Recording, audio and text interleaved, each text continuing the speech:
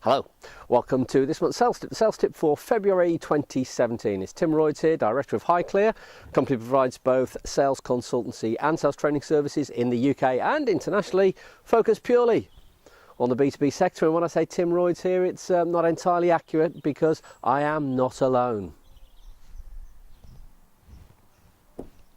I have this with me, my trusty steed, my car, which I'm about to say goodbye to, because it's time to replace her and purchase a new vehicle. And this is what's provoked me to think about this month's sales tip, because the purchasing process I've been through is really quite similar to what happens in a B2B setting. I've done a lot of research on the internet, I've spoken to a lot of people. We've got multiple stakeholders involved with this purchase. My accountant is giving me some advice about the best route to move down. My wife clearly is going to be very involved with this also. As I say, the amount of research I've done is huge. I had a huge number of choices to begin with. I got that down as far as looking at SUV models or 5-door hatchbacks. I've now gone down to 5-door hatchbacks. I've got 5 models in particular that I'm now looking at. I'm working out the pros and cons of which one so that I can work out which of those vehicles I want to buy. And here's the point. I haven't even spoken with a salesperson, and I'm way down my purchasing process. Now, isn't this a lot like the world of B2B sales today? Multiple decision makers, lots of choice, not necessarily easy, but we as professional salespeople don't get involved until way down the process. And in fact, the Corporate Executive Board, they've been doing some really interesting work that shows that it's an on-average figure, this, but on average, businesses are nearly 60% of the way down their purchasing process before they begin to engage with potential suppliers. They've already worked out their needs, they've already worked out the shortlist, and now it's just a case of pinning down which one and what the best deal is going to be.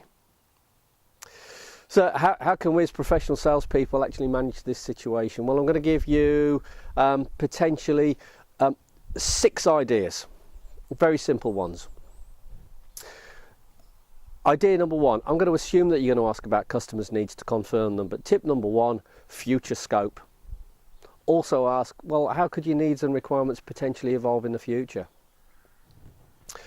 You might just throw up something that they hadn't thought of, and something where you can provide competitive advantage compared to the other options they're considering. Tip number 2. For years we've said don't bombard people with product features and benefits, but maybe there is an argument to say it's worthwhile going through some of the more unusual and different pieces of functionality that maybe people haven't realised your product or service provides. I think that's going to happen, when I'm speaking to car dealers, and as they're explaining to me, do you know that the vehicle does this? They could just get the reaction from me, no, I didn't realise it did that. Actually, that could be quite useful for this reason. It could be, excuse me, it could be a way of potentially provoking thought about some different needs, requirements that they hadn't really thought about. Tip number 3, don't be afraid to ask, what other options are you looking at right now? They will be. We've already said the likelihood is they've actually worked their way down to a relatively small number of options and alternatives before they've come to ask you. Now, of course, they may not respond to that question, they may not give you the answer, but as we say in sales, if you don't ask, you don't get. And of course, if they do say, well, we're looking at A, B and C and D, that then gives you a clear understanding of who your competition is and what you need to do to differentiate yourself from them. Tip number 4, also ask, who else is going to be utilising this product or service or benefiting from this product or service?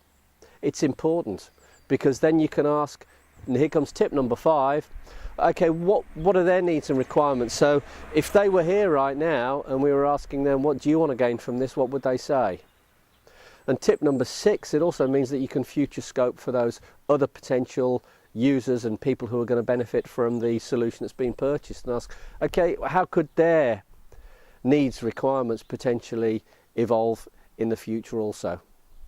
I mean, in short, what we're doing is we're trying to add value to our customers' purchasing process, even though we've entered it pretty late, by ensuring that they've thought through absolutely everything that they should in order that they do indeed purchase the most appropriate solution. And along the way, we're probably going to find one or two things that we can do to better differentiate what we're offering in order that we can communicate competitive advantage, and that's a win-win. So, sales tip for this month. Ironically, a little bit sad because I'm saying goodbye to an old friend, but it's thrown up some interesting thoughts in my mind because of the purchasing process that I'm going through right now. And if we translate those to a B2B setting, hopefully it's given you also an idea or two about how you can manage this quite challenging situation we're faced with in professional sales today. Look forward to seeing you next month.